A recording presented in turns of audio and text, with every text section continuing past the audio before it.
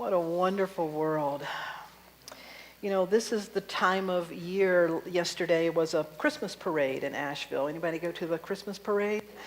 That many places have the parades because this is the time that we sort of officially kick off the season of gratitude and giving. That in this culture we go from Thanksgiving to Christmas to the holidays, and while it is a wonderful time and a time of joy, it can also be a time that is where you have a lot of extra demands, and it can be draining. For some people, especially if you have experienced loss in your life, particularly recently, it can be a time of incredible sadness because there's an absence of things that once were and are no more. And so entering into this time is a dance of all of these things. But today I want to talk about what I believe is a key of being present not only to this time of year, and it's a gift that this time of year in particular presents to us, but it's a way of being all the time that allows us to really be engaged fully in the flow of life. How many of you know what it is to prime the pump? That, many of you have heard the saying, we need to prime the pump. But it's a literal process. It's something that is essential. I learned about this when I was a kid. Would you give me the picture? My parents live out in the country. And we had a well, much like the one, very much, almost identical to the one on the left there. We had a well in the yard, and every spring, it was this glorious time. My sister and I would go because it was like magic. The well had been sitting all winter and had been cold and perhaps frozen, and air had gotten in the pipes. And so now it's warming up, and my dad is going to need to use that water outside, and so he would prime the pump. What's required to prime the pump? Water. And so it was like magic to a child. He would go in the house and he would usually get a quart jar and he would fill it with water out of the tap. And he'd walk out to this pump, and as he was pouring it in the top, he would begin pumping. And it would squeak and squawk and make noises, but then it would start sort of chuck, chuck, chuck. And he was pouring it in the very top, but all of a sudden water would start coming out of the spout. And we just thought that my dad held magical powers because he could do this every year. And he'd pump it for a while to clear out the residue, but then he would use it. It was in use all summer up until the fall, and it was the most fresh, refreshing water, and it is still there. I still marvel at that pump, and they still use it. So I learned as a kid this concept of priming the pump. Well, spiritually, what we're going to talk about today is what does it mean to prime the pump, to be in the flow of life? Because when you're thinking about that pump, you may ask yourself the question, well, does the water come from the pump? Well, the answer is yes and no. To the one standing there, yes, the water's coming from the pump. The pump is a necessary piece. But at its more absolute sense, where's the water coming from? It's coming from the earth. And so it's like the pump, the water comes from the pump, and yet it doesn't. It's more accurate to say that the water flows through the pump. That's what it means to engage the flow of life. It's for us to realize that life doesn't happen from us, but life flows through us. You see, when I marvel at Richard and all these musicians, when they play their instruments, and you could ask the question, does the music come from Richard? Yes and no. He's the instrument. He has mastered some technique. The music does come from him, but ultimately, it is the great source of life flowing through him. It is the great symphony of life playing through him. And can you realize that no matter what it is we do throughout the day, that it's not so much happening to you or coming from you, but life is ever flowing through you. And in the spiritual experience, we call this process generosity. Because you see, generosity is often equated to giving, but generosity is not giving. Because you can give and not be generous. Amen? And you can receive and not be generous. Generosity is a spirit. It's an attitude, but it's also an action.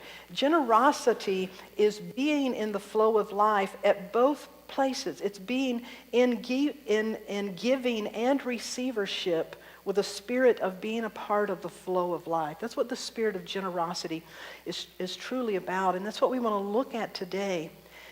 And what does it mean in our lives? How do we engage this in such a way that life flows through us?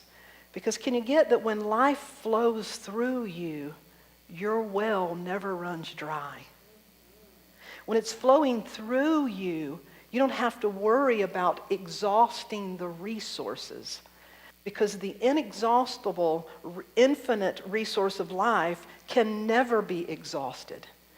And so it's about opening ourselves to becoming a channel, to becoming the instrument through which the water flows, through which the music flows, through which the love, the peace, the whatever it is, flows through us. And we often fail to realize the power of this practice, which in our culture, the word generosity sums it up perhaps best. So exactly what is generosity? When we look at if you look up the definition and the etymology of the word generosity, it derives from a Latin word generosus. It's the same root which comes from Genesis, genealogy, gentry, genius. There's a sense of relationship, and its origin, the word generosity derived from, it meant noble birth. And generosity was seen as a characteristic of one with a noble birth.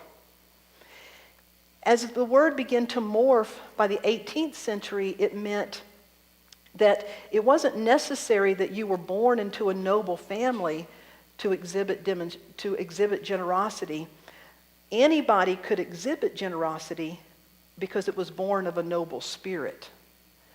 And then by the 19th century, it morphed more into what it is today.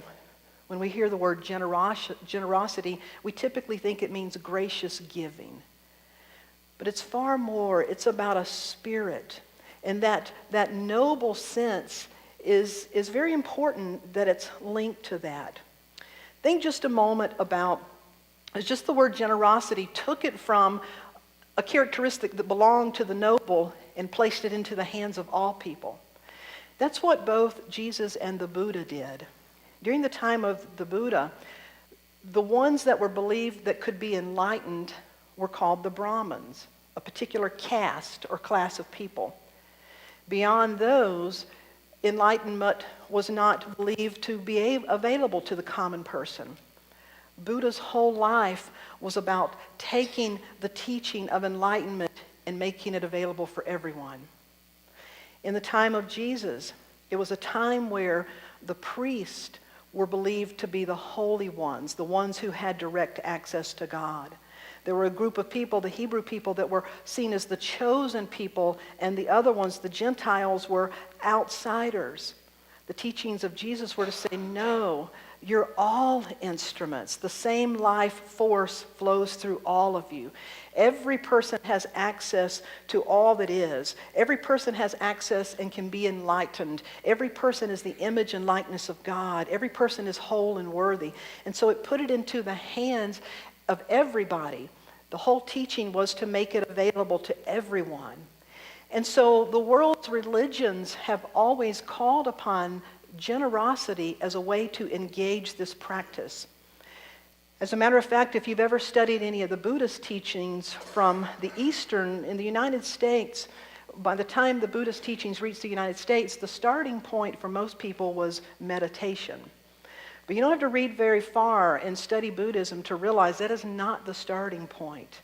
If you look at the 10 precepts, the 10 paramis, many different lists that the Buddha gave, they all start with the first thing. Do you know what it is? Generosity. Because generosity was meant to prime the heart. Generosity is a practice that everyone could begin to do immediately.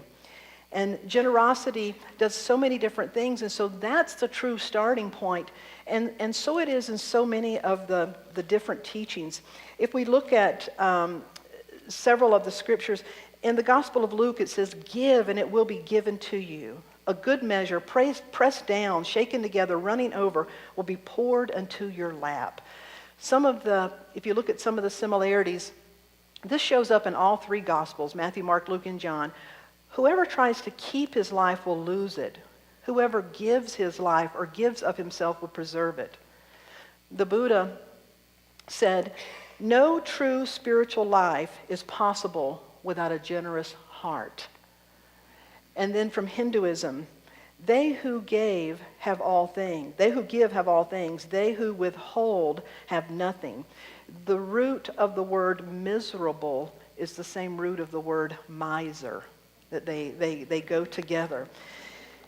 From the Jewish tradition, happiness is not made by what we own, it is what we share. And then the next, Baha'u'llah, who comes from the Baha'i tradition, says, "We must be like the fountain or spring that is continually emptying itself of all that it has and is continually being reflected from an invisible source. To give and to be generous are attributes of mine. Well it is with him that adorneth himself with my virtues." The Prophet Muhammad said, "The best of my people will enter paradise not because of their achievement, but because of their extreme generosity toward others." And then from the Tao, "The Tao is like a well. It is never used up. It is hidden, but it is always present within you. When you look for it, there's nothing to see. When you listen for it, there's nothing to use. But when you use it, it is inexhaustible." You use it to become it, and you become it to use it. Hamlet wrote in Romeo and Juliet, "My bounty is as boundless as the sea. The more I give to thee, the more I have to give." That's the whole premise of generosity.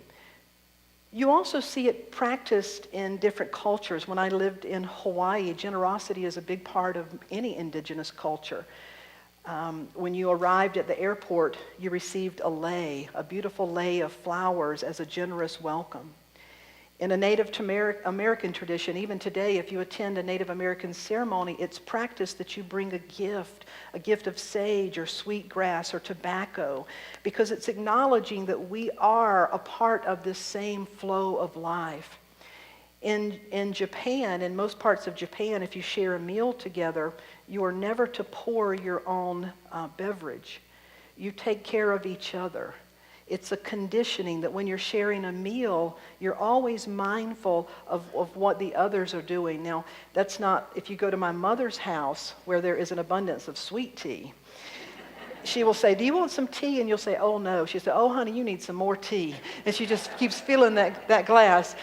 But it's about sharing in a way that we're acknowledging, we're serving.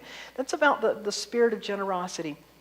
So when we look at it today, we can use this understanding of the well and what it means to truly prime the pump, to engage the flow.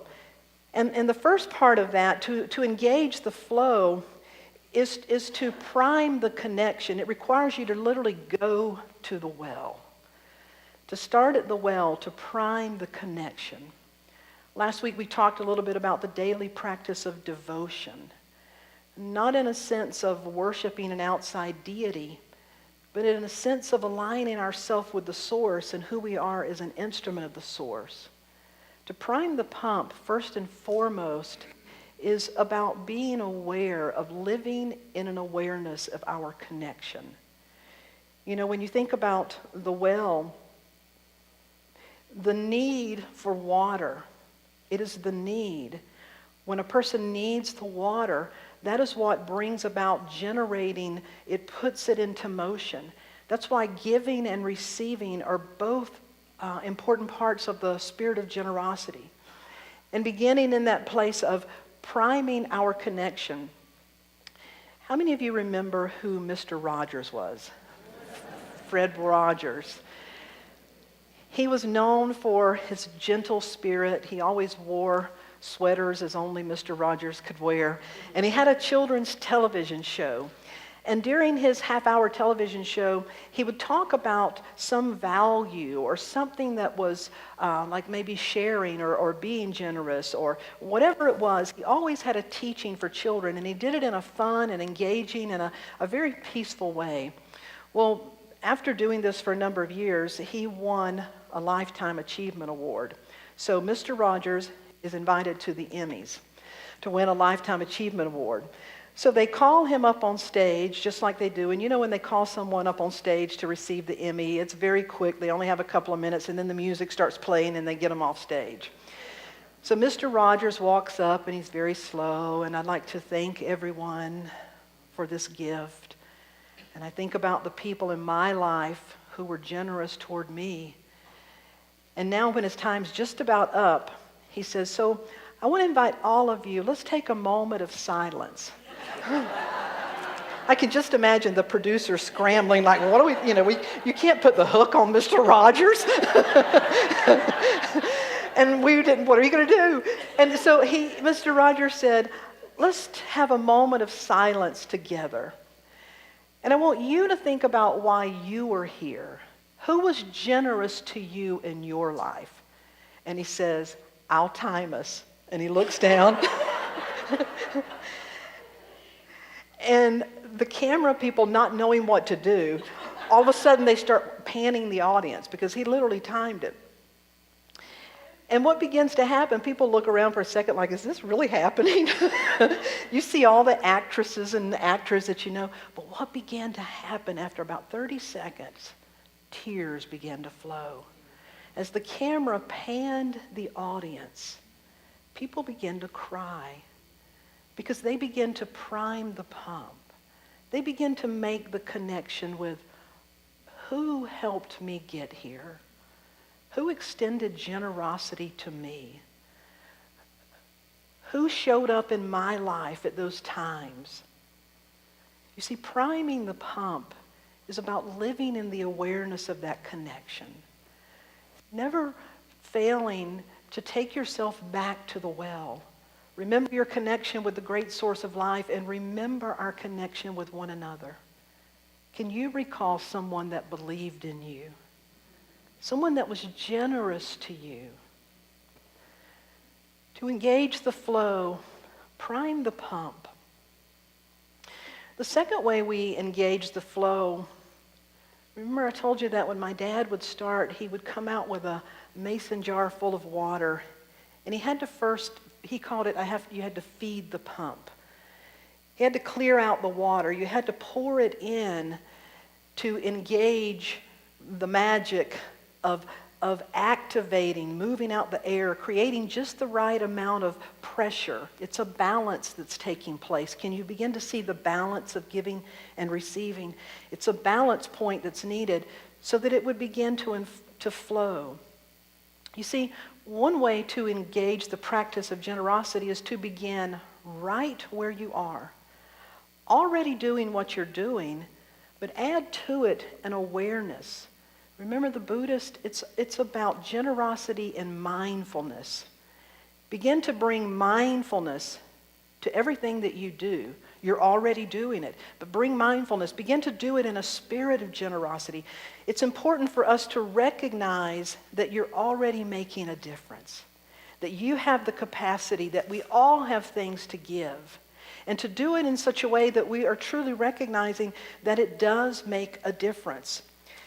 That's why in the scriptures, Jesus talks about what's called the widow's mite, that people are giving, and he says that most people gave from their wealth, but one woman put in 2 mite, just like 2 pennies. And he said, blessed is she, because the others gave from their wealth, she gave of herself. There's a very similar teaching from Buddha. There's a story where the Buddha was out in the forest with a group of people, and he was getting ready to teach, and the sun was beginning to set. They knew it was going to get dark, and they said, we're going to need a lamp. And several people said, well, I can go back and get my lamp. And an older woman pulled out her alms bowl. It's the bowl that they use to collect the food. And she said, here, put oil in this and use this. And the Buddha says, therein lies the enlightened one, the one who can recognize what she has to give right where she is. There's a story from the Zen tradition of a wise monastic who lived up on a cliff. And people would seek out this individual because he was known to give counsel, and it totally transforms people's lives. And no one could ever tell what they were given. They were simply supposed to live the message that they received. And so there's a story of a man who made the journey up. It was a 2 or 3 day journey, depending on how quickly you could get up to where he was going. And when you arrived, you would be greeted. You'd take off your shoes. You'd go in. You'd share a cup of tea. And you would pour your heart out to this monastic. What is it that brings you here? What's on your heart? What do you need? And as the story goes, after the man just pours his heart out, the monastic takes what feels like forever and just sits and looks in the silence as if he's looking into the heart of the person, and then he gets it. And so he would lean over and say to that individual, take this truth into your heart and tell no one. Take this truth into your heart and show everyone. When you change, everything will change. Open the door with generosity. And so the man went down the mountain and began to think about it. When I change, everything will change. Open the door with generosity. When I change, everything will change. Open the door with generosity. This man had done this for over 40 years. Many lives transformed. And as the man was growing older, someone went up to meet with him and to say, would you share with us the wisdom? How do you know? How do you discern what to tell people? And the man said, you changed my life years ago when you told me, when you change, everything will change. Open the door with generosity.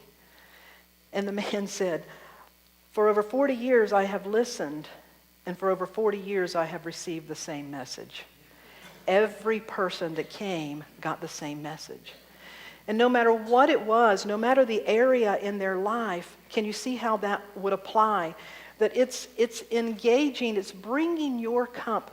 When I change, everything changes. Open the door with generosity. That's what we're called to do. And then the third piece, Richard, would you give us this song? You engage the flow by going to the well. You bring awareness to the connection. The second one is you connect with what you have, what you're already doing, what you can put in motion. There's also a practice that's called running with the alms. Today, it would be like this in our culture. Let's say you put, at the beginning of the week, you take a $20 bill and you bless it and you say, okay, I bless this, I see it as blessing the greater good. And you carry it with you throughout the week until you find the right opportunity to pass it along. Not for recognition, not as an obligation. You see, all giving is not gratitude. All giving is not generous, but you can't be generous without giving. But we're not giving out of obligation. We're not giving out of fear. We're not giving out of ritual. We're giving out of a practice to stretch ourselves, to grow ourselves. And we don't belittle our own gifts. We begin where we are. And ultimately, in the third point, the reason that we're doing this is that we become the place where life flows through us. I had an incredible experience with this when I was in the seminary.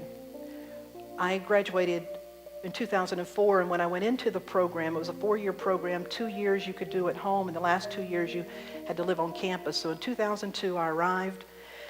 And after we'd been in school for about a month, they invited back some ministers who had graduated just the previous few years for us to be able to talk to them to find out what's working, what things like that. And so I asked a question. I said, what would you do differently? You've just graduated, you're out in ministry. What would you do differently? I wanted to learn from that. And immediately a hand shot up and the person said, pray more because you are going to need guidance. I thought, I bet that's right. When you're in ministry, people are going to be asking you stuff. You're going to need guidance. I thought, oh, Lord, thank you. I'm going to pray a whole lot more. So I did. I turned it up, and I began to pray for guidance. God, I want to be able to hear, to know I really want to be attuned to guidance. And if you ask and if you pay attention, it will start to happen. Now, the key in praying for guidance, what's the other part of it? You got to follow it. Because if you get it and then you don't follow it, it's like the universe says, oh, don't even bother. They don't pay attention over there. Let's go over here where they follow through. So little things would happen. And then a few months down the road, we had what's called an intensive. So rather than our regular class, an outside guest came in and did a teaching all day that day. The person came and they taught and they shared music, and my soul was blessed. At the end of the day, they said, we're going to collect a love offering for this guest. And just inquire within what's yours to give. I inquired within and I heard, write a check for $500.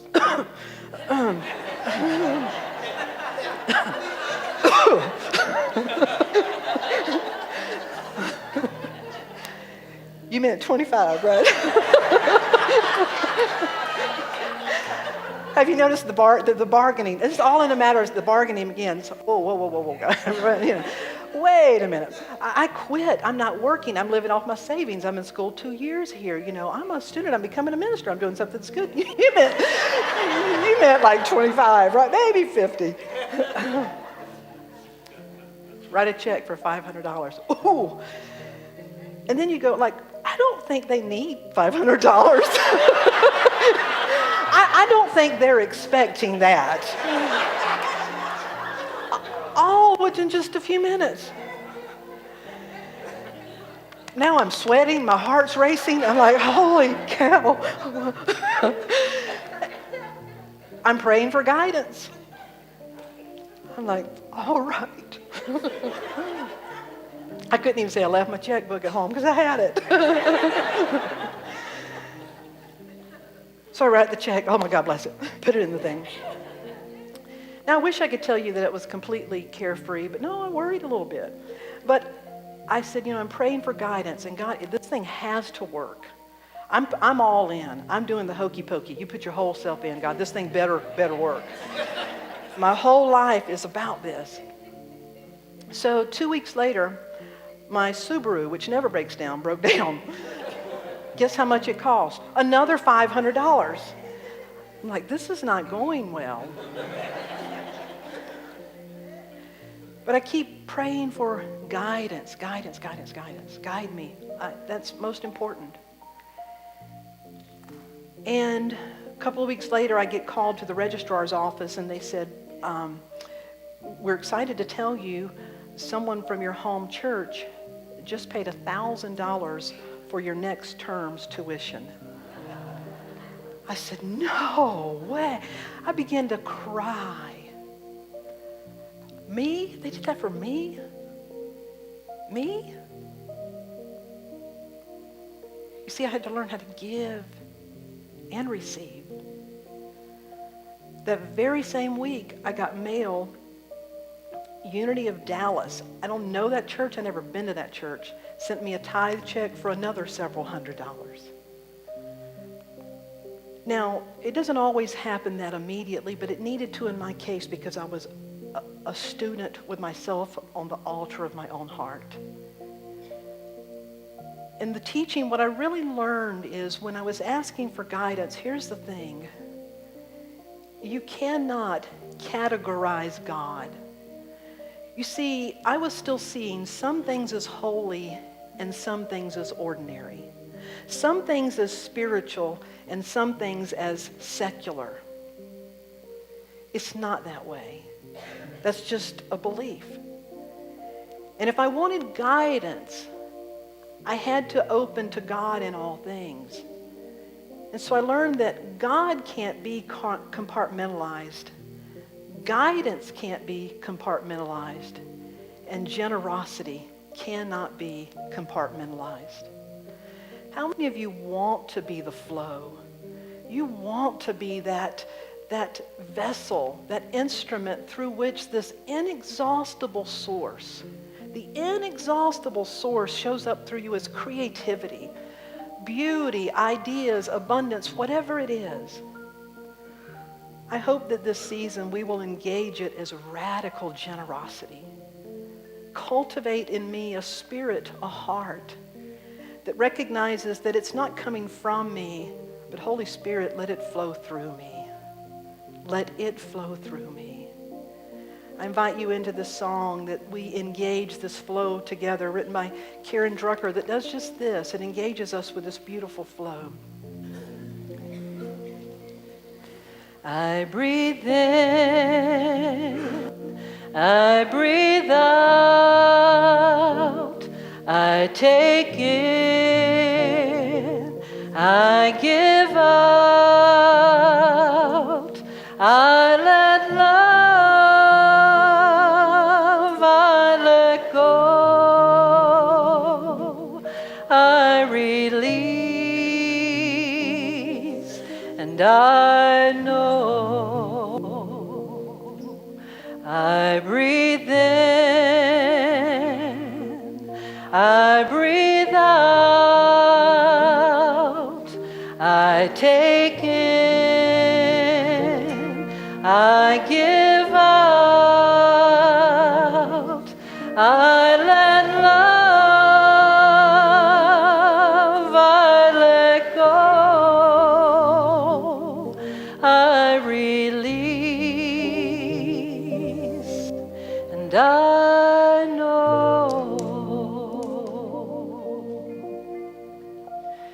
We close our eyes and we breathe in and we breathe out. So it is with spirit, so it is with the great I am in which we live and move and have our being. May I be mindful and come to the well every day, the well which never shall run dry. May I anchor in my awareness in that stream, the waters of living waters. God, all that is my source.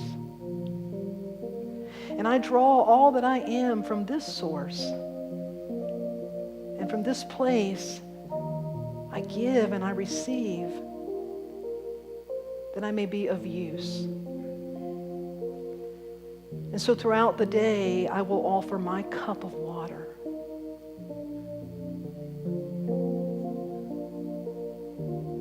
When you speak to me, I will be present. I will give of my attention. When I am driving, I will take a chill pill. I will practice the spirit of generosity in my driving. And God, I'll go so far as to say that when I'm looking for a parking space, I'll continue to be generous. You see, there's ways to practice it throughout the day. I'll be mindful of how I'm already giving. And I'm going to stretch myself. And I bring mindfulness. I notice when and where in my life is it real easy to be generous. And how could I have that in other areas? Where do I tend to have the closed fist, the closed heart? And without judgment, just let me bring awareness. Let me learn. How did I somehow feel disconnected? How did I unplug from this source from which I never can run dry? Use me. Let me bring forth my gift, my talents, my good, all that I have. Let me give generously from an awareness of greater good. And let me not judge or have strings attached, but let me give with a powerful intention of may it be a blessing. May it be a blessing. And may I also be mindful of the many ways I am in receivership in my life. May I learn to say thank you. May I learn to look for the good. May I raise the ceiling of how much good I'm willing to allow in my life.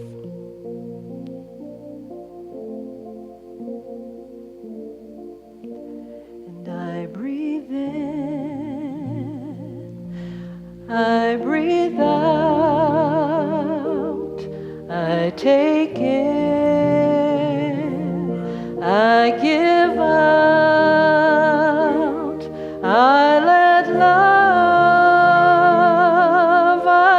let go, I release, and I know.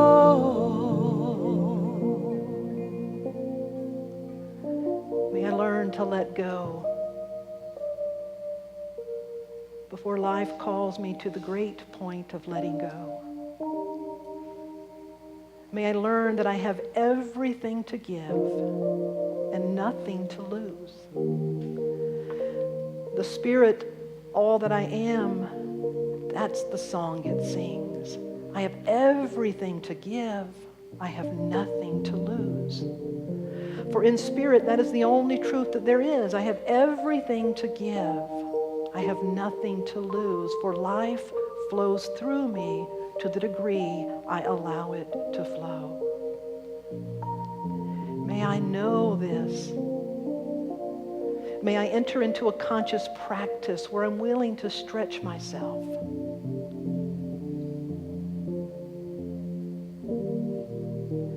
And I breathe in, I breathe out,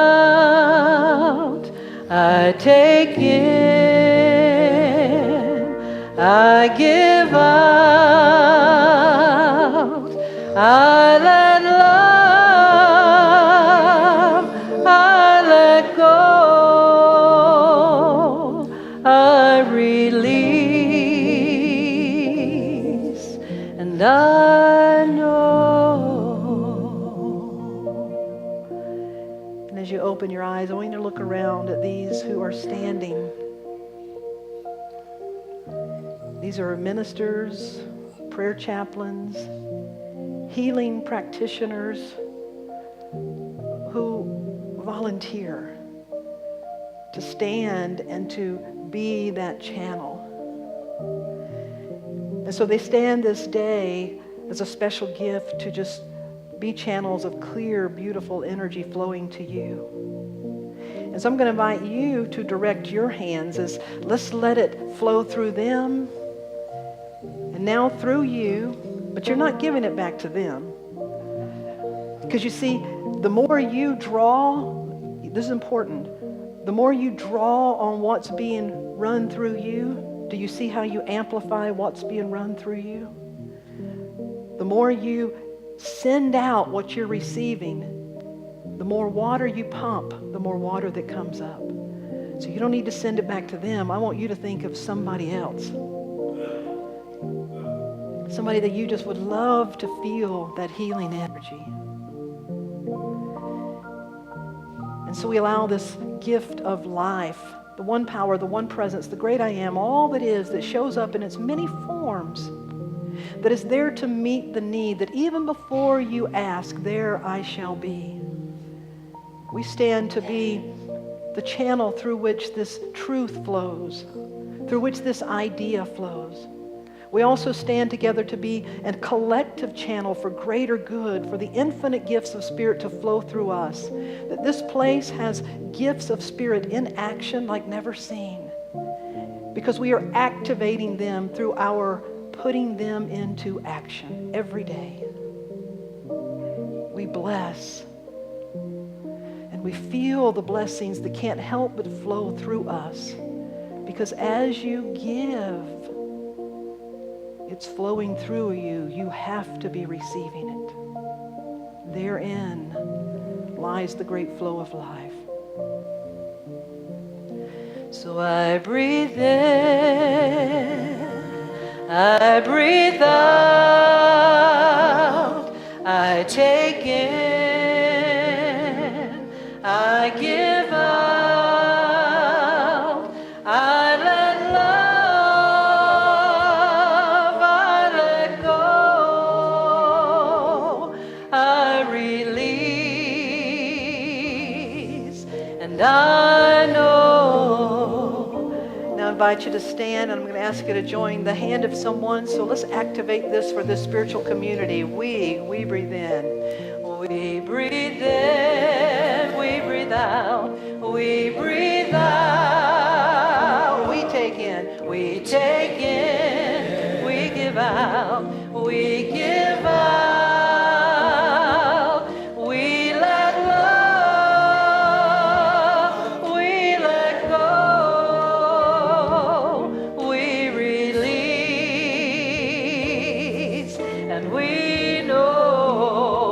time. We breathe in, lift your voice.